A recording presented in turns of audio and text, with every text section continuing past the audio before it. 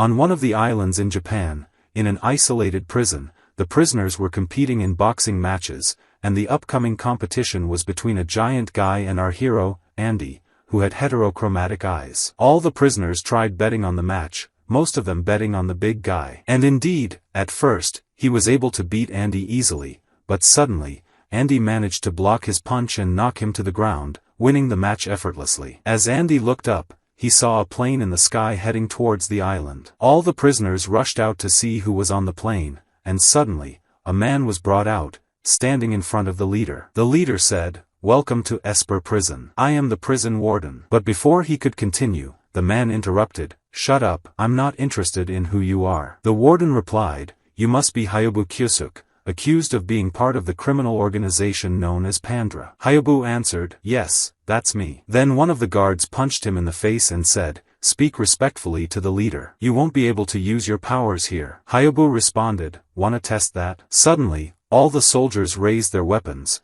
and Andy told them, "You don't have to listen to him, he's just a kid." Hayabu smiled at him, approached him, and asked for his name. Andy replied, "Andy Hinomaya." As Hayabu was about to respond, a guard interrupted, "You're prisoners here, you can't move freely." Hayabu shot back, "You better mind your business," and used his power to lift the plane, letting it crash down. He said, "You've placed anti-Esper measures on this island, quite professional." The soldiers then grabbed both Hayabu and Andy, taking them to solitary confinement. Andy sat in the room next to Hayabu, thinking to himself, "What did I do to end up here?" Hayabu asked, "Why did you try to stop the soldiers?" Andy replied, "I hate Esper, but I hate those who belittle them even more, and I wanted to protect you." Hayabu asked, "Are you an Esper?" Andy responded, "Supposedly, I'm partly Esper and partly human. But now I'm in this place, which is the Esper graveyard. You can't escape once you're in." Hayabu then asked, "But I heard someone managed to escape." Andy replied, "Yeah, someone was injured and taken to the island's hospital. That's the only chance to escape. By the way, why are you wearing a school uniform? Are you really part of a dangerous organization as they say?" Hayabu surprisedly replied, "Part. I'm the leader." Andy laughed and said, "This sounds fun. I might join you if we get out of here." Hayabu said, "Remember my name well, and don't forget what you said. As soon as we escape, you'll join us directly." Andy replied, "Don't worry, I won't break my promise. But escaping this island is impossible." Hayabu answered,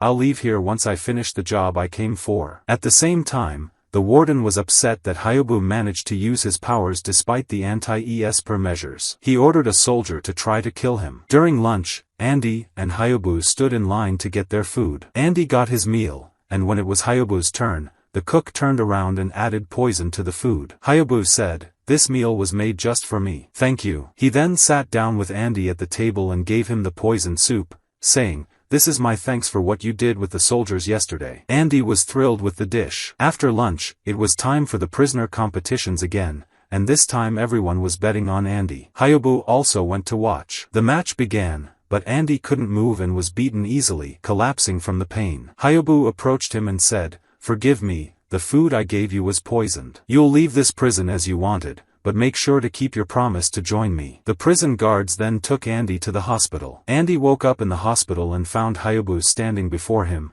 saying, "I gave you the antidote, but don't move too much until you recover." Andy looked around and saw all the staff lying unconscious. He watched Hayabu as he began to leave. Andy asked, "Where are you going?" Hayabu replied, "I told you before, I have a job to finish before escaping." Andy got up and ran after him. They walked through the corridor, and Andy remarked, "This place isn't a hospital at all, it's more like a lab." Suddenly, they heard a guard approaching. Andy quickly hid, then attacked the guard and took his weapon. The two of them continued until they reached the main room. Hayabu took the weapon from Andy and started shooting at everything in the room. He approached the glass cube in the center and found a little girl inside. As soon as she saw him, she said, "I've been waiting for you, leader." Hayabu replied, "Don't worry, I'll deal with these people and save you immediately." He turned to see the warden, who said, "Now I understand everything. The girl in the cube is part of your team. You allowed the soldiers to capture you so you could save her. But now, neither of you will escape." Suddenly, a huge monster appeared. The warden said, "This is one of the Esper. I used his mind and power and fused them into this monster." Hayabu tried to use his powers on the monster,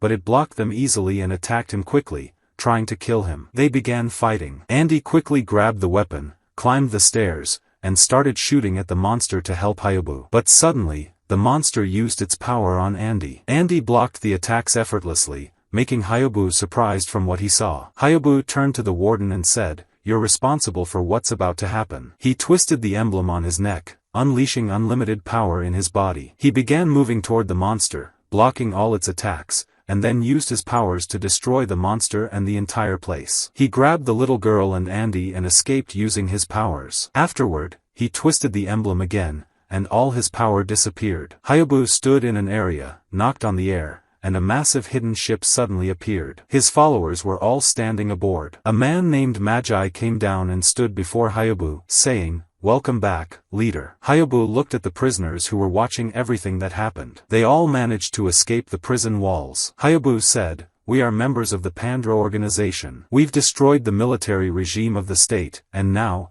all of you are free to do whatever you want." Andy watched as Haikyuu approached him, saying, "I know what your power is. Get on the ship now." A man never breaks his promise. Haikyuu extended his hand to shake Andy's, saying, "You're very strong. You'll have to help me with all the upcoming missions." They began sailing, and Magi stood with Haikyuu alone, asking, "Are you sure about what you did? Allowing someone like Andy on board the catastrophe ship? He could pose a huge threat to us." Meanwhile, in the lower deck of the ship, Andy was sitting alone. Suddenly, he used the power in his eye to open a direct connection with someone else, saying, "Inspector, I've successfully infiltrated the Pandra organization's ship as planned." Days passed aboard the ship, and Andy gradually blended in. One day, Haikyuu came to introduce him to the crew, saying, "This is Andy, a new member of ours." He ordered Hamster, one of the crew members, to attack him with his powers, but Andy easily blocked it. Magi said, "Andy's power is that he can nullify any ability coming from another Esper." Then Haikyuu told Yujiri,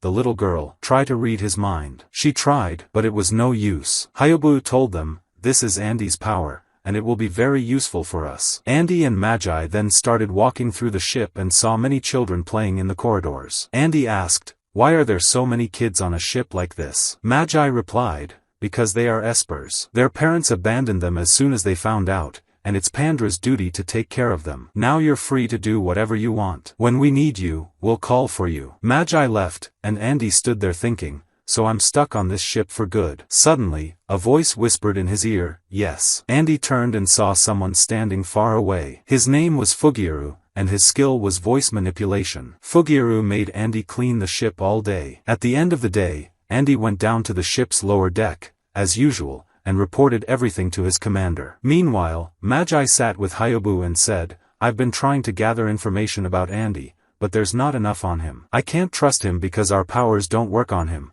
so we can't verify his identity using Yujiri's ability." Haikyuu replied, "It's fine. We'll take him with us on the next mission. It'll be a real test for him." The next day, they all took a small boat and headed into the city, bringing Andy along. They arrived at a place with a lot of goods, and Andy began inspecting them, saying, "Everything here is labeled with Pandra's logo. Isn't that risky for you?" Momiji, a member of the crew, replied, "We are well loved by the people." Andy turned and saw Magi holding crates of weapons, as well as a famous painting stolen from a nearby museum. Haikyuu asked Andy, "What do you think of the stuff we have? We're going to trade all of it today." They boarded the ship again and continued moving through the city with the goods. Suddenly, Magi used his powers to fly into the air and killed an official who was reporting them to the police. By the end of the day, the whole team gathered at a cafe in the city and noticed that Magi was very late. They decided to go look for him, with Andy joining them. Andy witnessed the team killing everyone in their path and looked around,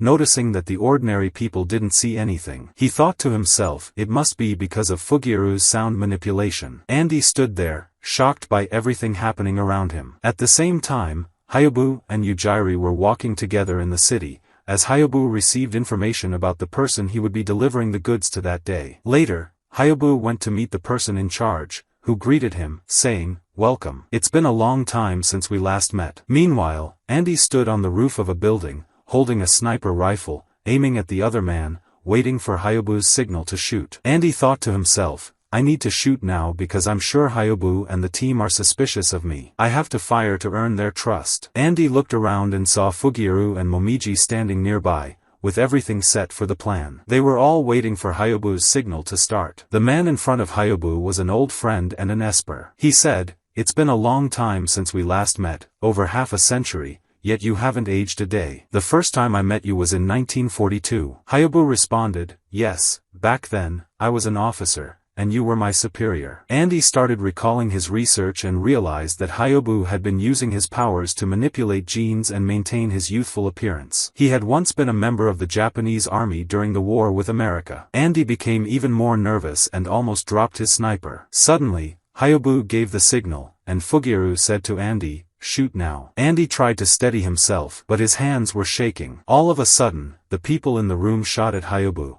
but they all fell to the ground. Andy was stunned by what he saw and turned to find Haikyuu and Magi standing there. Haikyuu said, you really couldn't shoot, could you? He approached Andy and handed him a necklace like the one he was wearing, with the symbol of the organization. Using his power, Haikyuu transported them to the meeting hall, and Magi used his ability to decapitate the other man, revealing that he was filled with wires. Haikyuu walked toward the window, saying, the real body is in that building over there. But do you know why I stayed at the same rank as you during our time in the army? Because I died before. The bullet in my head earned me a special promotion, and this uniform is for our fallen comrades. I know you can hear me now. We were old friends, but I must kill you now. Suddenly, the other man used his powers to strike the building they were in, but Haikyuu effortlessly blocked the energy. He twisted his necklace, unleashing his immense power and directed it toward the building, killing the man and destroying the place. Haikyuu then turned the necklace again, returning to his normal form, and walked out of the scene. The next day, news of the explosion spread across all media, with reports attributing it to Esper powers. Queen Sophie of Britain appeared on television and announced that she would cover all the damages caused by the Espers. She also invited all nations to attend a summit in her country to discuss how Espers could coexist with ordinary humans. Meanwhile, Andy and the others returned to the ship,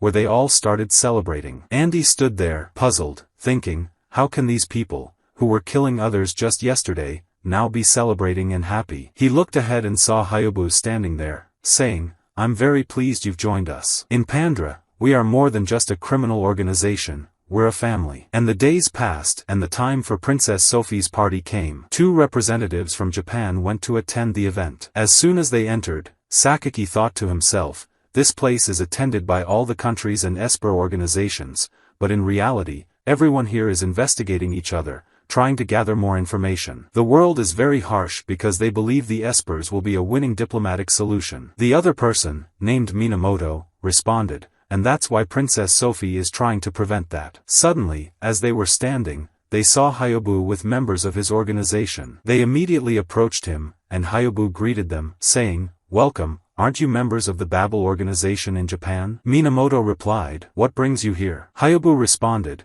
we invited ourselves because we want to gather information about everyone here, as they could be our future enemies. We've finished our work here and can leave easily. Haikyuu gave a signal, causing the electricity to be cut off, and they all suddenly escaped. When the power returned, there was a message on the wall that said, the Pandra organization was here. At the same time, Sakaki and Minamoto went to the room of Princess Sophie's deputy and showed him their identification cards. Minamoto said, I am from the Babel organization. We saw Pandra at the party, and they even left their mark there. We want to know if anything happened because of their presence. The deputy replied, and why would we tell you our country's secrets? Minamoto responded, we've faced Pandra many times, and besides, Haikyuu was once a member of our military institution. We can help you. Suddenly, while they were talking, one of the guards entered the room and showed the deputy a video that had spread in the media about the message Pandra left at the castle, which said, we have kidnapped Princess Sophie, and we guarantee her safety. We will contact you later to inform you of our demands. Minamoto said, now I understand everything that happened. Sakaki reassured him, saying, don't worry, we will be able to save the princess. He took out a USB drive, saying,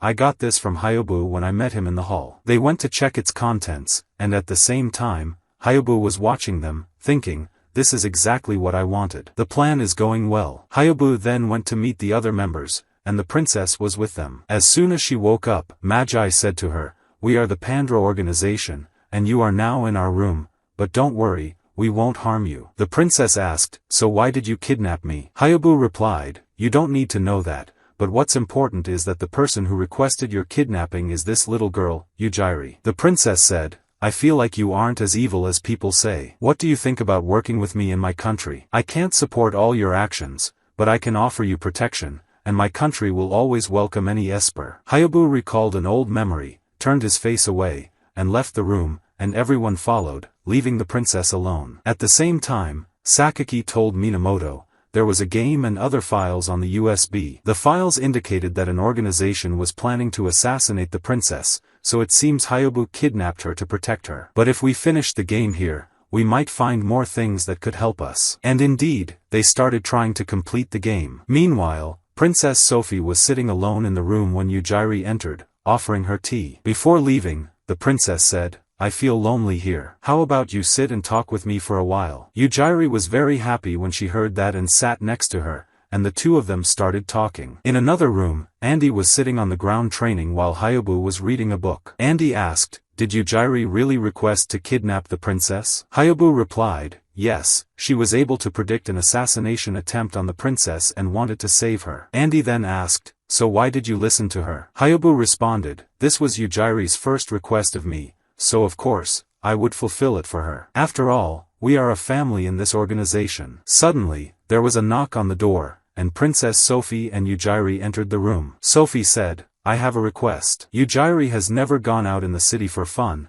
so I want to show her around. Can we go out and enjoy ourselves for a bit? Haikyuu stood up, walked over to Yujiri, and asked, do you really want to do this? She replied, yes. He said, then go ahead. I'll use my power to distract everyone, so no one will be able to recognize you among the crowd. Suddenly, all the girls in the city turned into the same appearance as Princess Sophie. Because of what happened, Fujura was able to identify the organization that wanted to assassinate the princess, and Haikyuu managed to kill them all. He called Andy and said, I hope you're accompanying the princess and Yujiri because you're the only one my power doesn't work on, so you can tell who the real princess is. I've killed all the people here, extracted information from their minds, and it turns out they are not Espers but just an ordinary organization. They received orders to kill the princess over the internet, and none of them know who the mastermind behind this operation is. But now, other people are trying to find this information. Meanwhile, Sakaki managed to finish the game on the USB, and they went to analyze the data that appeared. It turned out to be reports from the British government. Before they could read the details, Princess Sophie's deputy stopped them, saying, this is classified information belonging to our country. I will not allow you to see it. Minamoto tried to analyze the things he had seen, and he noticed that the deputy's assistant had disappeared. He said, now I know who wanted to assassinate the princess. At the end of the day, the princess and Yujiri visited all the places, and then they went to visit an abandoned orphanage. There, Sophie said to Yujiri, I was sure my feeling was right. I supported this orphanage before, and a girl with Esper powers appeared and suddenly disappeared. That girl was you. The princess remembered what happened back then and said, I'm very happy to see you again. From the day you disappeared, I was very worried about you. She then said, I hope you come live in my country again. I won't let you feel lonely ever again. Suddenly, while they were standing, the deputy's assistant entered, and everyone started running after him. Minamoto stood and said to the princess, be careful. This is the person who wants to assassinate you. Suddenly, the assistant pulled out a gun, aimed it at the princess, and fired a shot in her direction, but Andy quickly jumped and saved her. The assistant stood and said to the princess, all of this is your fault. You used the state's budget to establish a fund for the protection of Esper rights. In the end, they are monsters with no rights. Spending money on Espers is wasteful. We should use the funds for something more useful. Anyway, it's too late now, and it's time for you to die here. Suddenly, Yujiri used her power, and a large aura appeared around her, but she saw Haikyuu behind her, saying, don't worry, I'll protect you. He used his power to throw away the assistant's gun, and the forces managed to arrest him. The princess approached Haikyuu and said, I feel reassured knowing that Yujiri is with you. You treat her very well. Thank you. Haikyuu replied, I promise I'll protect her. He then turned to Minamoto and said, sorry, I used you to find out who was trying to assassinate the princess. We've completed all our tasks here. He then used his power, and they all left. They all boarded the ship and decided to head to Japan. On the way, Magi asked Haikyuu, what makes you want to go back there again? Is it because you saw Minamoto, or do you want to see the queen? Haikyuu replied, I'm sure the girls there are all alone. I want to check on them and make sure the Queen of Esper is doing okay. In the ship's basement, Andy was, as usual, reporting everything that had happened to his commander, saying, I still haven't been able to reach the ship's central section because they don't fully trust me yet. But I have a plan that might work. The commander told him, you must always remember, your mission is to retrieve the device installed on the ship, and you were chosen for this task exceptionally, so failure is not an option. I'll be waiting for the details soon. At the same time, on Japan's maritime borders, the Babel organization learned that Pandra would arrive there soon, so they prepared their defenses and stood ready. Suddenly, an order was issued for 3 girls from Babel to attack the ship, and indeed, they began destroying everyone on board. Everyone ran to try and control the damage. Before Andy could join them, Yujiri handed him her hamster and said, "This will help you since you're still weak." Andy ran to catch up with them, and the crew on the ship started dying one by one. Babel took control of the ship's system and issued orders for everyone to surrender. Haikyuu told Magi, "I'll leave the conversation to you," and then he teleported to face one of the 3 girls, saying, "Greetings, my queen." He tried to attack her, but she blocked his strike, and they began to fight. Meanwhile, Andy was on the ship, and one of the girls was about to attack him, but he activated his emblem, used his power, and managed to block her attack. As he tried to figure out who she was, another girl appeared, helping her, and managed to tie Andy up. She tried to use her power to discover who he was, but she was shocked when her ability didn't work on him. Andy looked at her hand and saw the Babel emblem, saying, "Now I understand. You're Espers of the Japanese forces. You've clearly been fully trained to be this strong." The girl responded, "It doesn't matter who we are." She then took the small figure of Haikyuu from the hamster and said, "This is the key to entering Pandra's ship's command room. Now, we can control it." Andy thought, "They're trying to breach the ship's security. I need to go with them to reach the main room." He then said to them, "Before you go, take me with you. I'll be dead soon because of Haikyuu's fight upstairs." The girl agreed, "We can use his power as a shield to protect us from the rest of the organization," and they decided to take him along. The 2 girls attacked the rest of the organization members, using Andy as a shield, and managed to breach the ship system, taking control. At that moment, Andy managed to escape from them and reached the ship's main room, saying, "I finally made it here." But suddenly, Haikyuu appeared behind him, saying, "What are you doing here? Come on, everyone is waiting for you upstairs." Above, the ship was under Babel's control, and Magi tried to breach the ship's defenses but to no avail. Haikyuu said, "Since it's come to this, I'll head up and attack them, and you cover my back." Before he could use his power to teleport, Andy ran and grabbed his hand, and they teleported together. Haikyuu asked him, "Are you really that worried about me? Well, come with me. You might be useful." They breached Babel's main ship, freeing the captured members. Suddenly, the 3 girls appeared before them again. Haikyuu told Andy, "I'll take care of them. You go and take control of the ship." Andy quickly ran out of the room but found Babel's commander standing in front of him, saying, "I've heard you're a new member with them. Anyway, I have the ship's control device. Come and take it if you want." Andy ran towards her and tried to hit her, but she dodged and easily knocked him down. She used her power to throw him into the sea. However, Andy got up again, grabbed her hand, deactivated her power, hit her, and broke the device in her hand, restoring control of Pandra's ship. Suddenly, Andy heard Minamoto's voice behind him, holding a gun and ordering him to surrender. Andy raised his hands but kicked a piece of the device, and then tried to hit Minamoto, managing to escape afterward. Haikyuu caught him and flew him away, saying, "Don't worry, I managed to save you." They returned to the ship to escape from there. Haikyuu looked out of the window and saw another trap laid for them ahead, with the 3 girls standing in front of them again. They used their power to pull the ship towards them. Haikyuu said, "I'll activate the queen, and you try to resist their power." Andy asked, "Who is this queen?" Magi replied, "She's the original owner of the ship. We, the Pandra organization, are not just a criminal group. We fight to free oppressed Espers and create a new world. The next leader of the Espers will be this queen," and Haikyuu was able to know this through his power to foresee the future. That's why he's trying to protect her and doesn't want to kill her. Haikyuu stood in front of the ship, saying, "The queen, Kaoru, this will be her throne. But right now, she's still young and under Babel's control." He turned his emblem and unleashed his full power, managing to block the queen's force against the ship. He then turned the emblem again, deactivating his power, and restored control of the ship. They were able to fly it away, and Haikyuu used his power to teleport the ship from there. He took the ship and headed to the city to try to fix the damage there, and the whole team went for a walk around the city to buy what they needed, with Andy carrying everything on his back. While they were standing, Yujiri ran off to a shop to buy some things, so Magi told Andy to go after her. Andy ran and tried to catch up with her. Yujiri walked alone and stopped in front of a shop selling charms, which were 2 metal pieces between 2 friends. She wanted to buy it and found Andy beside her. She bought the charm and was very happy. While they were walking around the city, Yujiro saw an amusement park and stopped to watch it. As soon as Andy saw her, he said,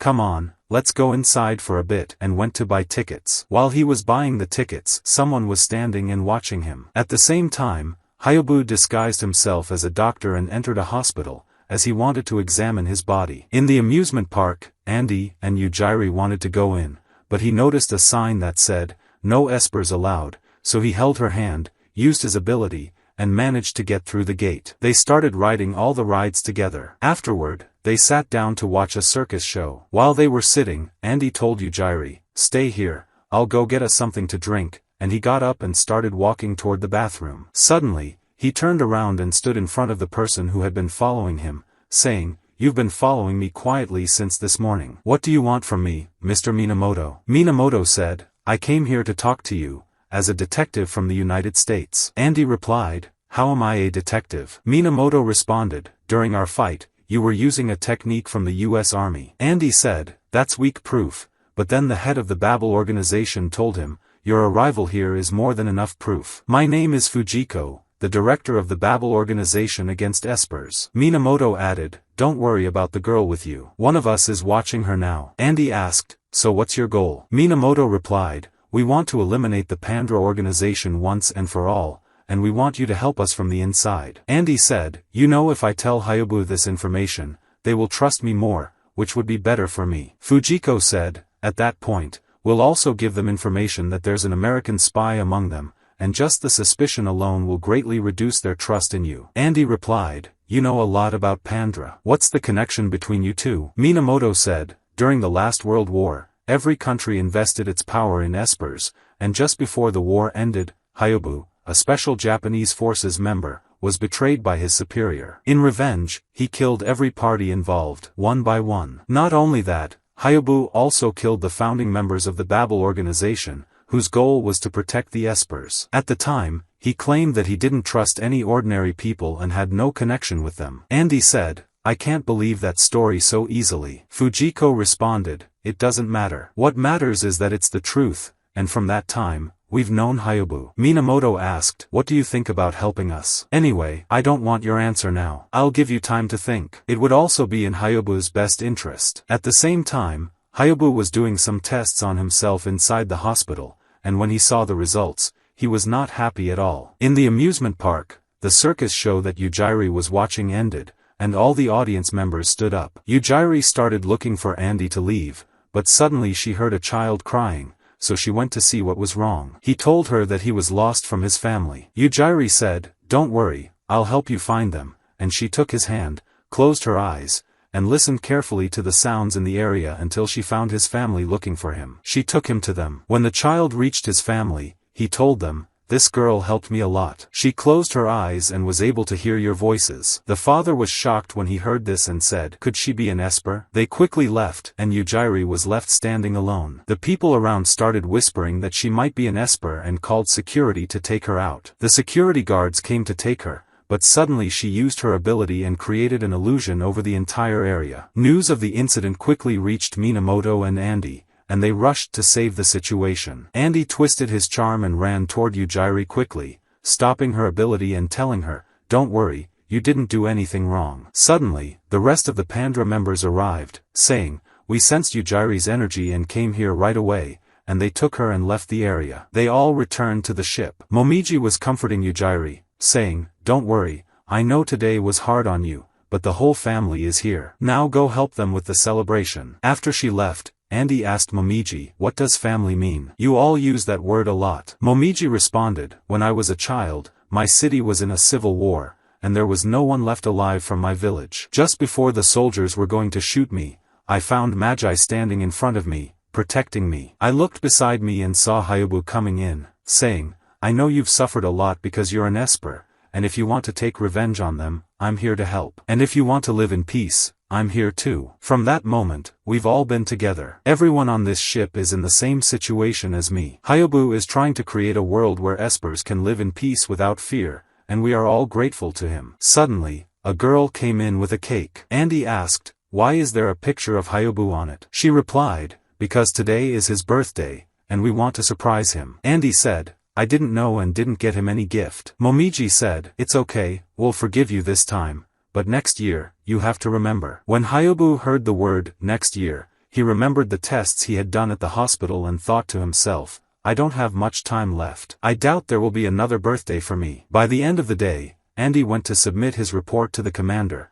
and he was shocked when the commander told him, your investigation is complete. Japan is now an ally of ours, and we will benefit from it. Now, you need to take control of the ship's system. As soon as you find the plan, contact us immediately, and we will handle the rest. Inside the ship, all the members had gathered to discuss their next plan, which was to steal the latest device that nullifies Esper abilities. Maggie told them, we need to steal it intact without destroying it because we need to study the latest technology humans have reached. At the same time, Andy was talking to himself, saying, if I complete the mission I came here for, everyone on the ship could get hurt. Suddenly, Haikyuu said, by the way, as soon as we complete this mission, we will return to Japan because I saw the future again using my ability, and I know that the queen and those with her might be in danger at the hands of Babel. Then he turned to Andy and said, why are you so quiet today? It seems like something is bothering you. Andy responded, no, nothing's wrong. I'm just tired. He went to get a drink and sat next to Momoji, saying,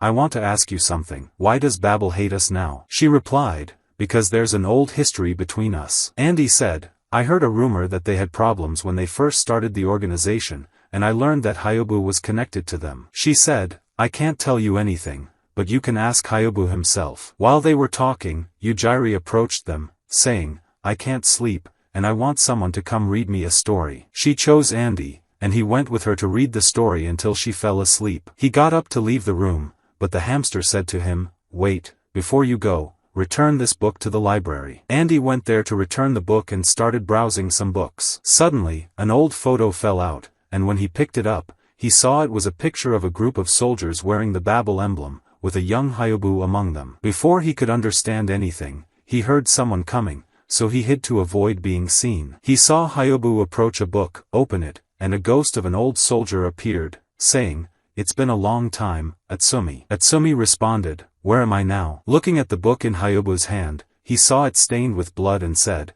it seems clear that I died before, but where is the rest of the team now? Haikyuu replied, I need a favor from you. He handed Atsumi a paper with a picture of the ship on it. Atsumi analyzed it and said, this ship uses the mind of Commander Hadashiko, who died in the war because he possessed extraordinary abilities. His mind is what gives the ship its power to disappear and move. Haikyuu responded, we've been on the run for a long time thanks to the power of his brain. I brought you here to ask you something. If something happens to me in the coming period, I want you to take command of the ship. He looked up at the ceiling and thought to himself, this entire ship is protected by people who have already died. Then he raised his hair, revealing the bullet in his head, saying, I'm not ready to leave life yet, but I will do everything in my power to destroy all the enemies of Espers. Suddenly, Atsumi sensed someone in the library and tried to attack, but there was no one there. Haikyuu went to check and found Andy's chain on the floor. The next day, Haikyuu gave the chain back to Andy and said, didn't I tell you before to always keep this on? Andy replied, I forgot where I dropped it. He then asked, I want to ask you something. I heard from Momoji that you want to create a world where Espers can live in peace. Do you believe that killing normals is the solution? Haikyuu answered,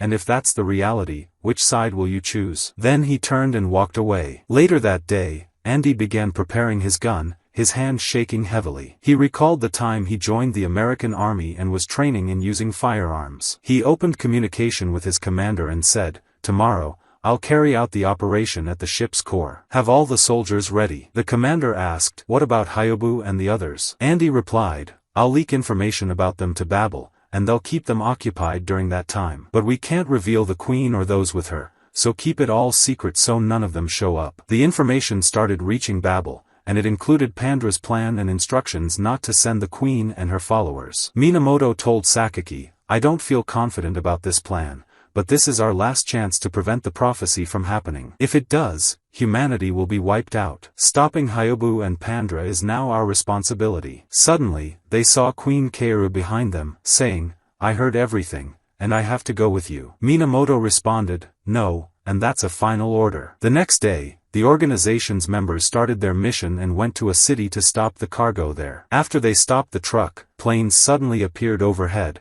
equipped with anti-Esper weapons, and they saw Minamoto pointing a gun at them from the truck. Soldiers poured out of the vehicles. Haikyuu said, "It seems like you knew our plan well." He turned to Maggie and said, "I'll leave this to you. I'm heading back to the ship now." Meanwhile, Andy was escaping the scene and met with Sakaki, who gave him a motorcycle to flee on. Haikyuu tried to return to the ship but found Queen Kaoru standing in his way, saying, "I won't let you go back there. You're an Esper, and you know very well what will happen in the future. If you continue with this plan, the ship will sink, and everyone on board will die, including you. We're trying to protect you and all of Pandra." Haikyuu replied, "It seems you've forgotten who you're talking to. All my friends are on that ship. I won't let them die and leave." He tried to use his ability, but he felt a pain in his heart, and Kaoru struck him with her power. He managed to regain control, turned his badge, and activated his ability, fighting her with all his strength until she fainted. He took her and placed her on a building's rooftop, turned his badge again, and deactivated his ability. He then felt intense pain, thinking to himself, "I hope I can live a little longer." At the same time, Andy reached the ship, activated his ability, and ran to the ship's main control room. There, he found the ship's core, which was the brain of Commander Hadashiko. He opened communication with his commander, informing him of what he had found, and said, "Send the soldiers immediately. Babel won't be able to delay them for long, and all the people on board are just children now. Tell the soldiers not to hurt any of them." Andy approached the device to inspect it, but suddenly, he heard Haikyuu's voice behind him, saying, "Now I know your answer to my question, Secret Agent Andy. This is the core of the ship's power, and I won't let anyone destroy it." Andy asked, "You knew my identity?" Haikyuu replied, "Yes, I've known for a while. Your combat techniques are all those of the American Army. But I don't need to tell you anything more because you're about to die, just like I did once before." Haikyuu started to remember his past, when there was a war between the countries, and he decided to move to Japan because it was safe there, and also because it was his father's homeland. As soon as he arrived, he was greeted by one of his father's friends and his daughter, named Fujiko. Fujiko was very happy to see Haikyuu and treated him like her younger brother. She was also an Esper. Haikyuu lived with them, and one day, he was writing a letter to his late father, telling him about his new life. Suddenly, Fujiko entered and took the letter to read it, but Haikyuu used his power and managed to take the letter back, shocking Fujiko, who thought to herself, "I couldn't stop his power, which means he's much stronger than me." Suddenly, two men from the military, Sawatomi and Itsumi, entered. Sawatomi told them, "I wanted to use your powers with us to help the world by having you join the army." He turned to Haikyuu and said, "What do you think about joining us? You'll be able to help people on a larger scale and develop your powers to higher levels. We're forming a new team in the army made entirely of Espers." Fujiko responded, "No, the army wants to use the power of the Espers to start a war and steal from other countries again. Neither I nor Haikyuu will be tools in your hands." Sawatomi replied, "I'm not waiting for a decision right now. Take your time to think about it, and rest assured that we won't use this team for dangerous battles. We're trying to prove to the military that will be very beneficial to them, creating a new world where Espers can live with humans." Fujiko, upset, took Haikyuu and left the place. The letter Haikyuu had been writing to his father fell to the ground, and Itsumi picked it up, took the information in it, and handed it back to Haikyuu. He told Sawatomi, "I don't think Haikyuu will join us, because the letter he was writing was to his late father, and it's clear that his father was very worried about him using his powers. He was trying to keep the matter as secret as possible." Sawatomi responded, "I know their power isn't their choice, but with it, we can change the entire world." According to the records, Haikyuu and Fujiko are among the strongest Espers in the world, and I'm confident they will join us. Later that day, Haikyuu was lying in his bed, thinking about what Sawatomi said earlier, and thought, "I could use my power to help people, but my father told me to abandon it. But if people would recognize me as a soldier and a citizen, then I would surely agree." At the same time, Fujiko was thinking the same thing. The next morning, they both woke up, got dressed, and decided to go with Sawatomi. All the Espers gathered to form the new unit in the military, and among them were Haikyuu and Fujiko. Sawatomi welcomed them to the place. Days passed, and the unit was officially formed. They began their special training, and soon, it became well known that there were superpowered heroes in the military. A movie was even made about their powers, but it portrayed them in a way that mocked them, and Fujiko was very upset about it. She looked around but didn't see Haikyuu. Itsumi told her, he's gone on a personal errand. At that time, Haikyuu was at a watch shop, picking up his father's broken watch after the shop owner had managed to fix it. He took it and left to look for Fujiko but suddenly ran into a police officer, who told him, "The clothes you're wearing are terrible for a Japanese boy. You need to learn how to dress properly." Haikyuu started getting scolded. Suddenly, Fujiko appeared, arguing with the officer, telling him, "It's none of your business how children dress in the street." People gathered around, and Fujiko hit the officer, knocking him to the ground. The incident reached the army's leadership, and they issued a punishment for the entire team, putting them under house arrest. It was clear that the military was very upset with the Esper team because they weren't following the military's rules. Everyone noticed that Fujiko was upset about what she had done, so one of them told her, "Don't worry, none of us are here because we wanted to join the military, but because we want to be recognized as citizens. We don't like them, and they don't like us either. Don't worry, Sawatomi is trying to resolve the issues between us now." At the same time, Sawatomi was standing in front of the senior military leaders, hearing nothing but mockery from them about the Esper team, calling them a group of failures. Sawatomi responded, "Let me explain something to you. If the Espers were subjected to military rules and training, it would be a waste of time and talent. You're all underestimating their power. A fully trained team of your soldiers could stand against one Esper, but all the Espers together could destroy an entire army. Change is always necessary, especially during wars. The whole world has realized the power of Espers, and they've started using them for their military advantage. If we, as the Japanese, don't do the same,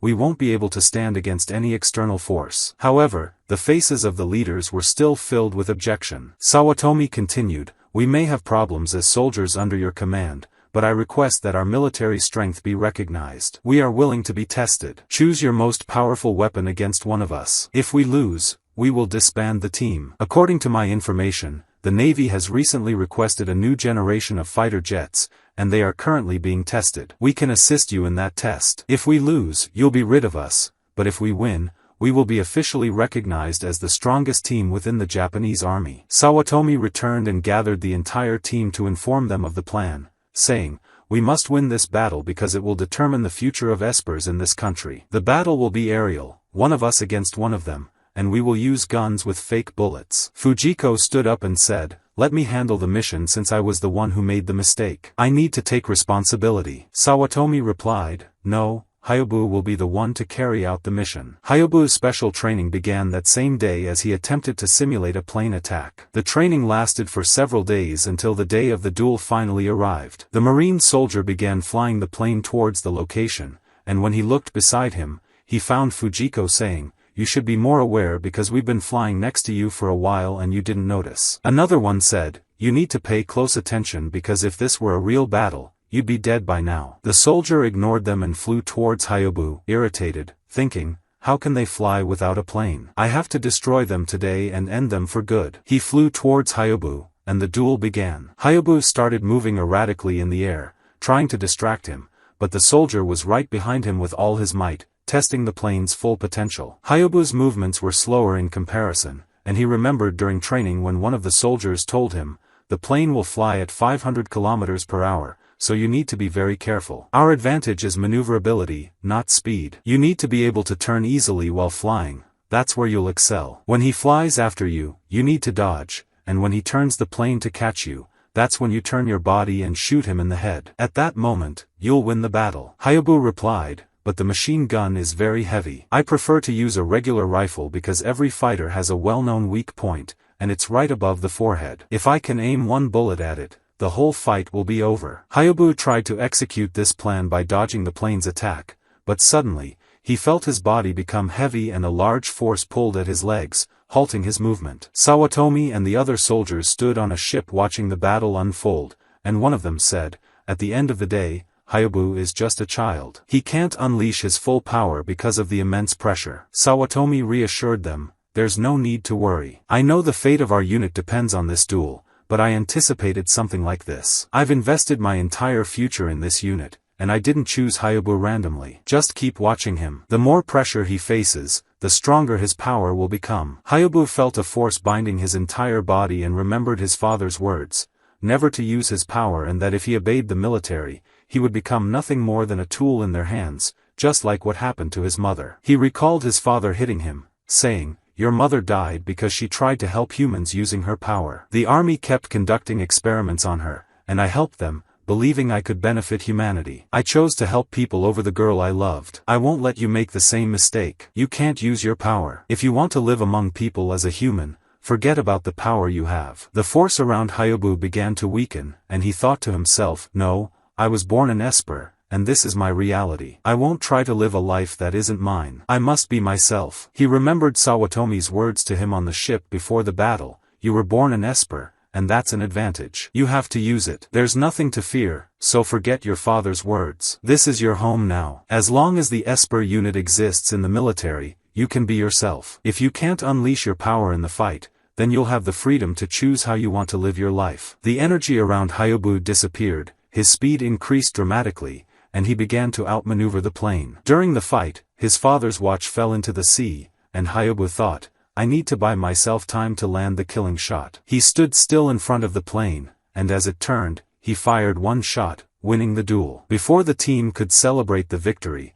someone rushed in and told Sawatomi that there was urgent news. An unidentified submarine had been spotted in the surrounding waters. Sawatomi ordered Haikyuu to head there immediately. The entire team flew to intercept them and found the submarine firing at them. They then dived into the water. The team reported to Sawatomi, explaining that it was likely an American submarine. Suddenly, Haikyuu noticed 3 dolphins swimming nearby, each marked with numbers. It became clear that they were Espers. The dolphins used their powers to send a message to Haikyuu, saying they were there to help. But suddenly, a missile was launched from the submarine, killing one of the dolphins. 2 more missiles were fired at the remaining dolphins. One of Haikyuu's team members tried to destroy them and managed to stop one, but the other missile headed toward the dolphins. Haikyuu sprinted to intercept it, with the soldier in the plane helping him move faster than the missile. He dove into the water, stood in front of the missile, and used his power to stop it, successfully saving the dolphins. The submarine retreated,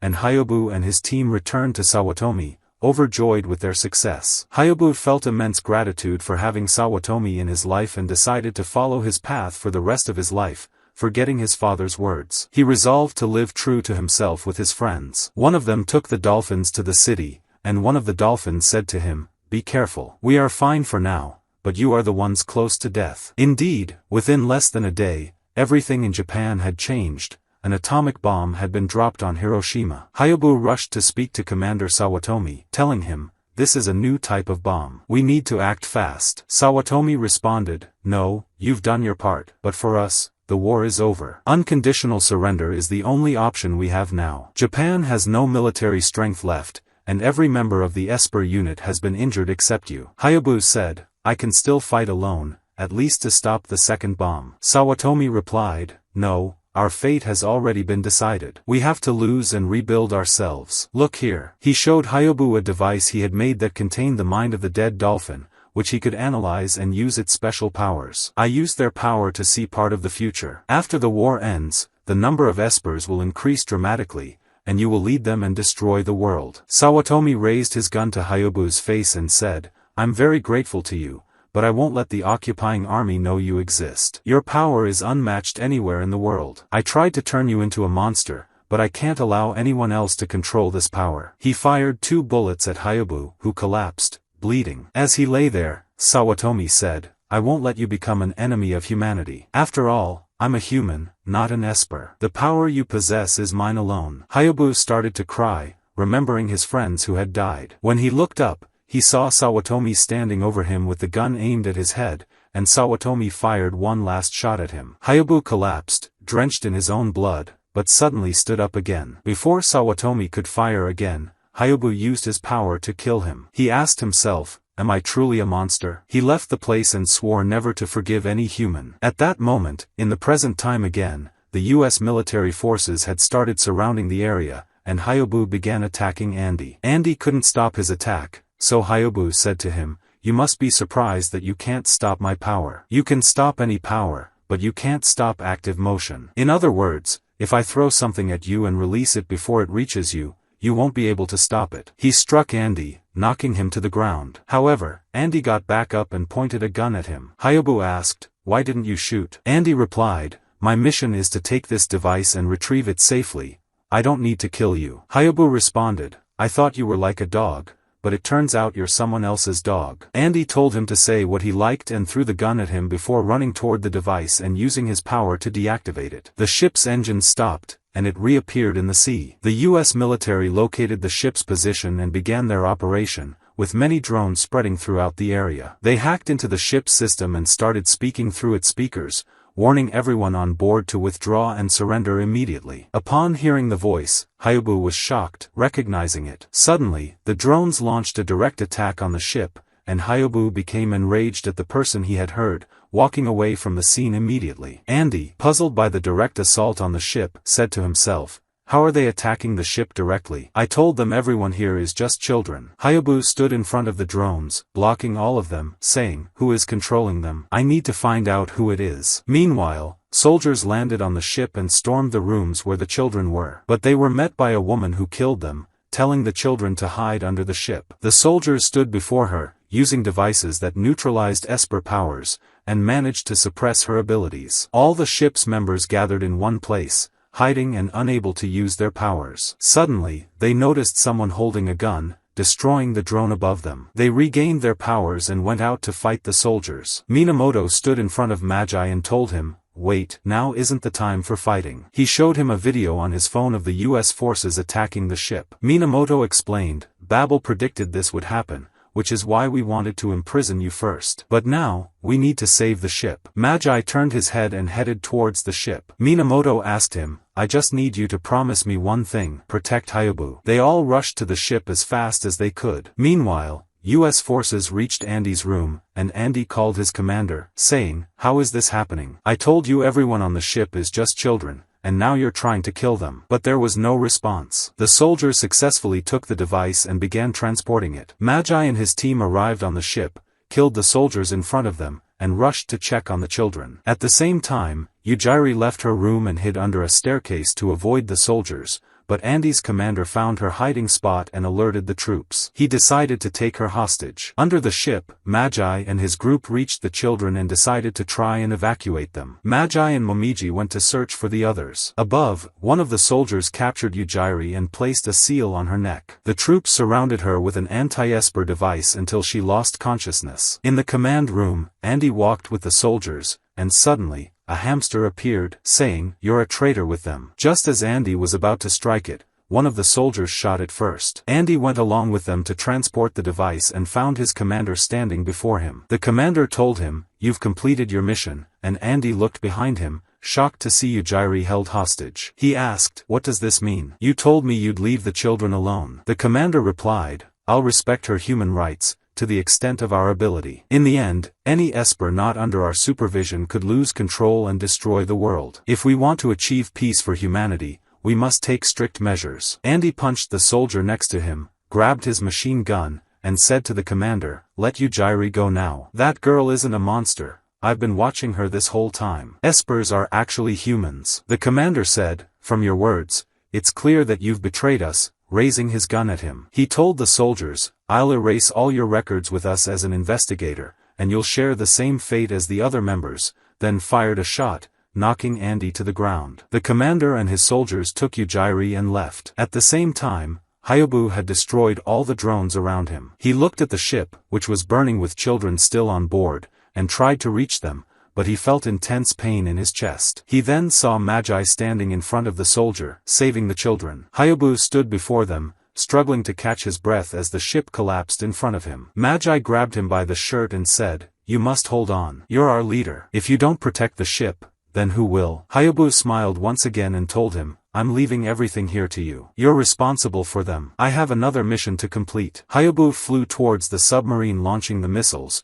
turned his emblem, unleashed his power, and attacked it and the remaining drones. He thought to himself, "If the person behind this operation is truly you, I won't let you kill any more of my friends like you did before. I'll destroy all of humanity. I must show them our power." He created a massive explosion on the submarine and destroyed everything in front of him. Meanwhile, all the ship's members managed to escape, leaving only Andy behind. He suddenly stood up after being shot and realized the bullet had hit Haikyuu's necklace, saving his life. He looked up and saw Haikyuu fighting in the sky, blocking all the incoming missiles. However, Haikyuu's strength was drained, and he began to fall. Andy quickly ran after him, jumping into the water as the entire ship was destroyed. Haikyuu began to remember his memories with his father, and the things he used to tell him. Suddenly, he found Andy saving him from drowning, with Fujiko trying to rescue him as well. Days later, Minamoto was sitting with the ministers in Japan, and they received a message from the United States asking them to cover up all the events that had occurred and not to release any news to the media. Minamoto told them,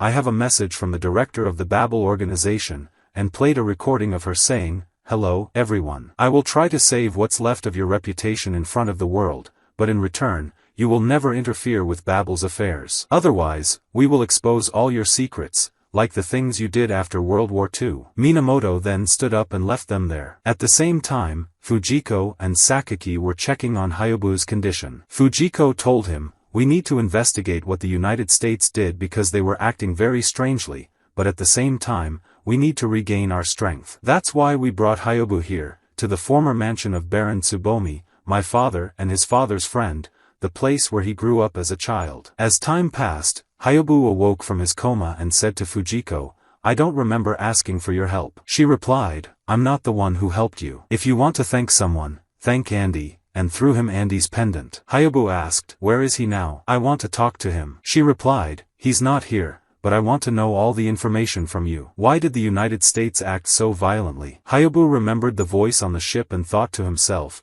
"Could it be the same person who killed me before? Commander Sawatomi?" Fujiko interrupted his thoughts, asking, "Why aren't you listening to me?" Haikyuu responded, "You don't need to know everything. We're not siblings like before. I have nothing to tell you." Meanwhile, Andy was in the Babel organization's hospital undergoing tests to ensure his safety. One of the Queen's followers found a mark from the United States on him to track his location, so she used her power to erase it from his mind, destroying it. Andy could no longer communicate with them. He got up from the bed and asked, "Where is Haikyuu now? I want to talk to him." The doctor there replied, "I can't tell you, for your safety. Haikyuu won't forgive you for your betrayal that easily." One of the Queen's followers used her weapon to restrain the doctor and used her power to locate Haikyuu, making the doctor faint. They decided to go to Haikyuu, and Andy said, "I'll go with you." Kaoru asked, "What's your plan now? You barely escaped with your life." Andy replied, "I don't know, but I won't leave Haikyuu alone," and they decided to take him with them. They all got in the car to go to the mansion where Haikyuu was. On the way, they stopped to rest for a while. Andy sat with Kaoru and asked, "Why do you serve Haikyuu?" She replied, "The first time we met him, we were children, and he was very kind to us. But that's because we're Espers. Even though there are many humans you can trust, he didn't trust anyone else." Andy then asked, "What's the deal with you becoming the queen in the future and leading an Esper rebellion against humans?" She replied,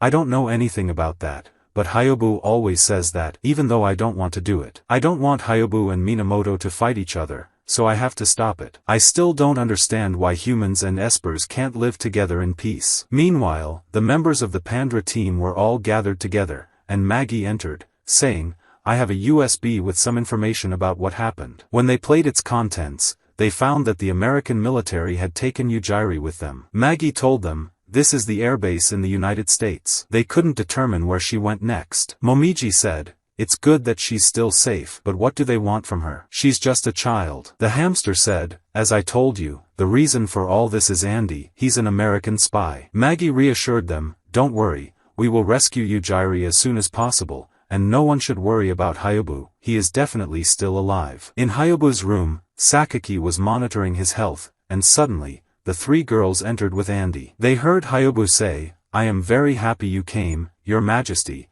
but there is someone I want to talk to first." Andy stepped forward, and Haikyuu asked him, regarding the call on the ship, "Did you meet the owner of that voice?" Andy replied, "Yes, only once. When the American military decided to recruit me, we were sitting in a cafe, my commander and I, along with him. He was the head of the organization against Espers. He told me he wanted to use Esper powers to help the world and that my power would be very important to them because they couldn't accurately determine it at first. That's because I don't belong to any side. I'm not a full Esper, nor a full human. He offered me to join so I could be myself." Suddenly, Haikyuu grabbed him by his clothes and threw him against the wall, demanding, "What is his name? Answer me quickly." Andy replied, "I don't know, he didn't tell me his name. But I found out he's Japanese and participated in the last World War." Fujiko was shocked and said, "It's impossible that man is still alive." Haikyuu got very angry, and a large amount of energy began to emanate from him until he fainted. At the same time, Minamoto arrived outside the mansion and went to Sakaki to check on Hyobu. Sakaki told them, unfortunately, it looks like Hyobu is going to die soon. I think the symptoms have been showing for a while. There's only one way to save him,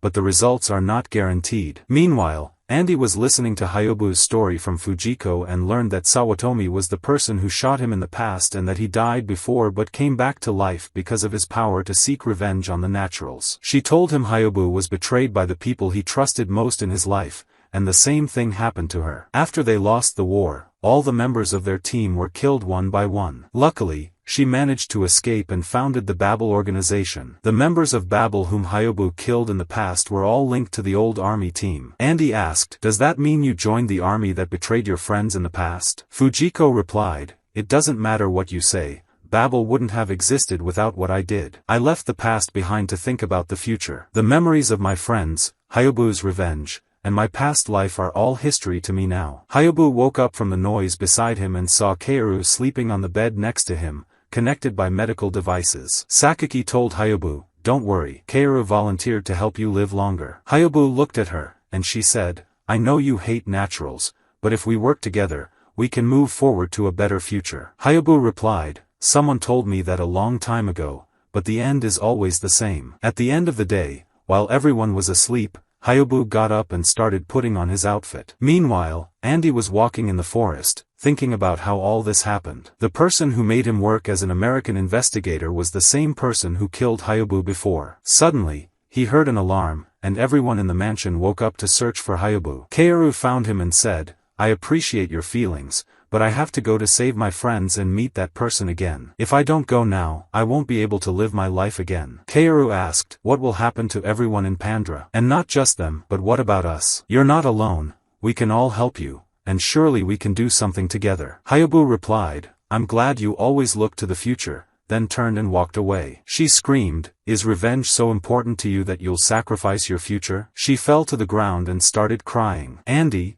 who was watching, heard Minamoto say, "Go now, stay with him, and help him with everything you can." Andy got in the car and went to catch up with Hyobu. He stood in front of him and said, "Get in with me. I'm also upset with the American military for betraying me, and I also need to save Yujiri." Hyobu gave him his pendant and got in the car with him, saying, "Let's see what happens there." At the same time in America, Andy's commander was driving his car on the way home. On the way, he was listening to the news announcing that the winner of the New York elections was a person supporting Esper rights. As soon as the commander reached home, he opened the door to find Hyobu waiting for him, with Andy holding a gun to his head from behind. The commander said, "It looks like you both came back from the dead." Andy demanded, "I want to know where Yujiri is right now." The commander replied, "It's clear you've changed your allegiance, but the truth is you will never be complete." He turned and struck Andy, taking the gun from him and pointing it at his own head to commit suicide, but Hyobu managed to stop the bullet, saying,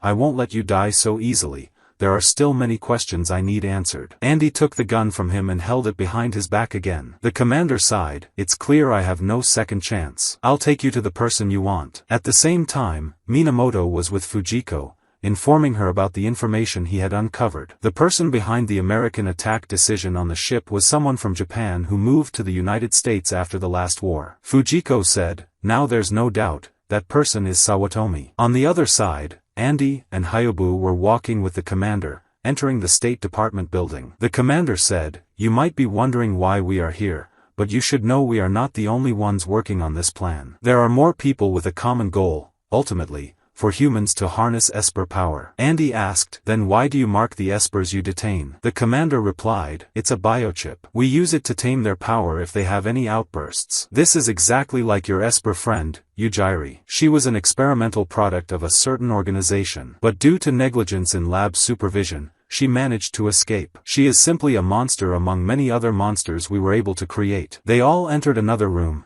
and the commander said, "Yujiri was here a few days ago, but I don't know where she is now." Hyobu approached a chair and extracted the information from it, confirming she was indeed there. Suddenly, they heard a voice, saying, "I've been waiting for you here for a long time. It seems some things have changed, but for me, everything is the same as always." Hyobu exclaimed, "I was sure I killed you back then. How did you manage to live again?" The voice responded, I clung to the power of life. Haikyuu asked, and what's your goal in collaborating with the United States? The voice replied, I'll give you a hint, and displayed an image of the future, saying, I managed to capture this image using Hachigo's mind power that I took from your ship. He started showing more images, saying, this is the future, a future of complete destruction. To protect human history, we need to change the future now. Among the images was one of Queen Kaoru. He said, she is the one who will protect the future and destroy all of humanity's future. Haikyuu got angry, saying, I won't let you do anything,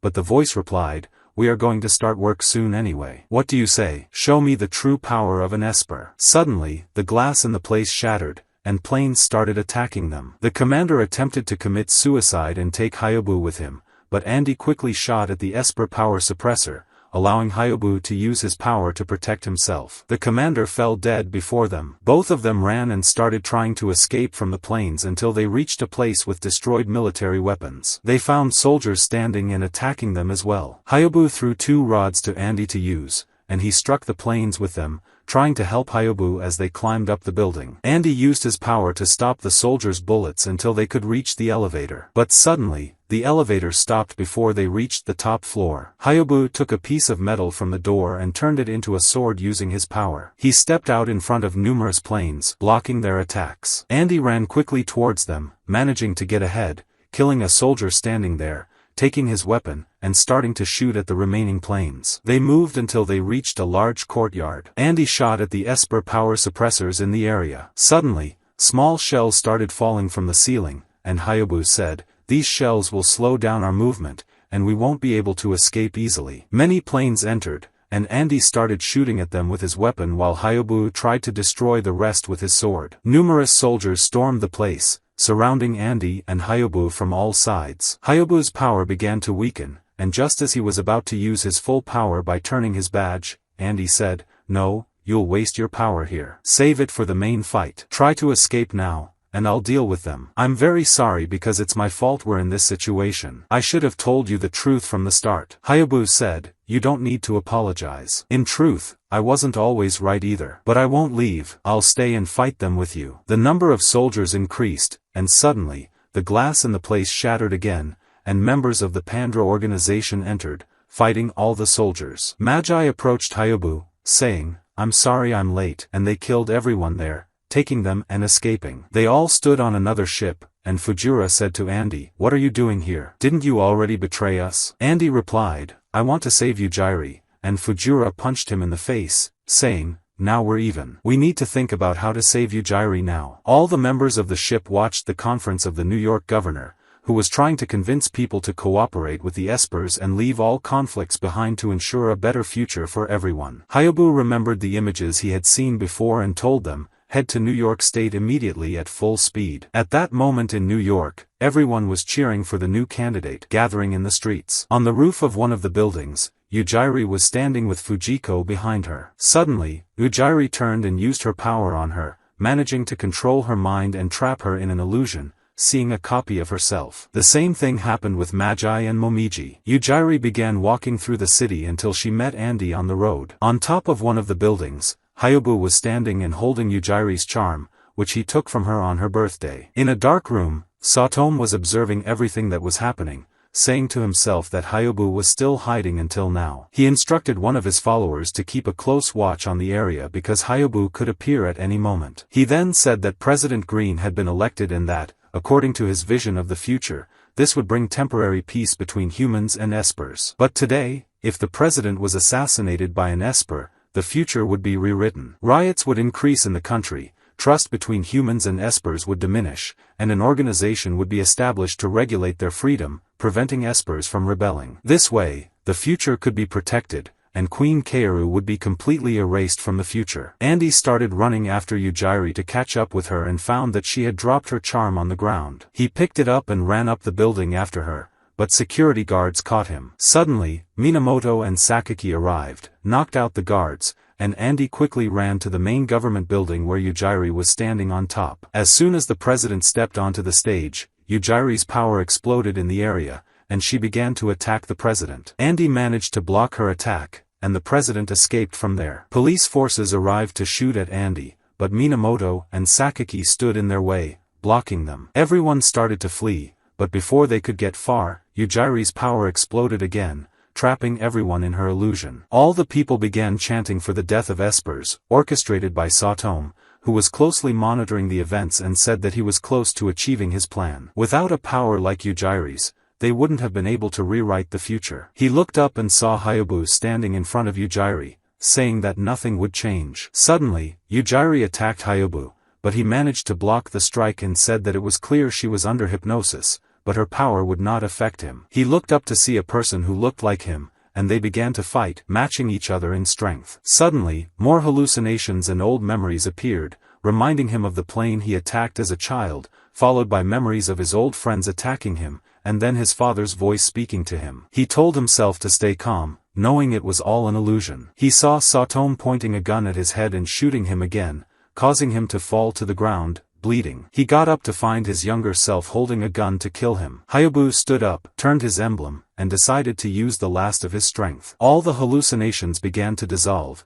and he saw Yujiri in front of him. She also started to remember her old memories, the time she escaped from the lab, moved to an orphanage, her lonely life, and the moment she met Haikyuu for the first time. She took a step closer to him, her illusion lifting from the city, returning everyone to normal. Andy arrived on the rooftop, seeing Haikyuu using all his power to help Yujiri. He then removed the emblem from her neck, waking her from her hypnotic state. Suddenly, Haikyuu's power exploded, and he said he couldn't control his body anymore, having used too much power. The emblem on his clothes shattered, and he told Andy to take Yujiri and run away quickly. He said he tried to protect the future for them, and if this was his end, he had no regrets. Andy replied that he wouldn't listen this time, approaching him and saying he had hated Espers all his life. But on Haikyuu's ship, he learned that they were just ordinary people and wouldn't let this be the end. He found Yujiri clinging to his clothes, trying to move with him. He gave her the charm she had dropped earlier, and they both tried their hardest to move forward. Andy said that his future had changed since meeting Haikyuu in prison,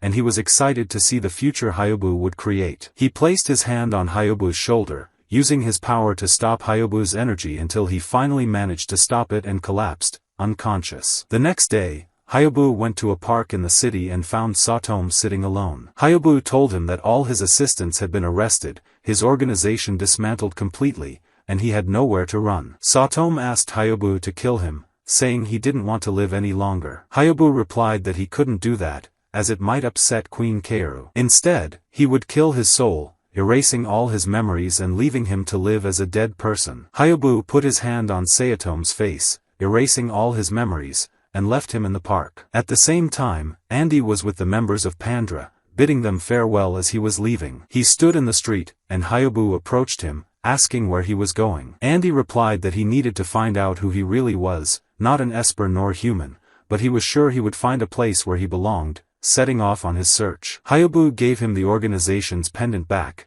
saying Andy should keep it, and made him an honorary member of Pandra.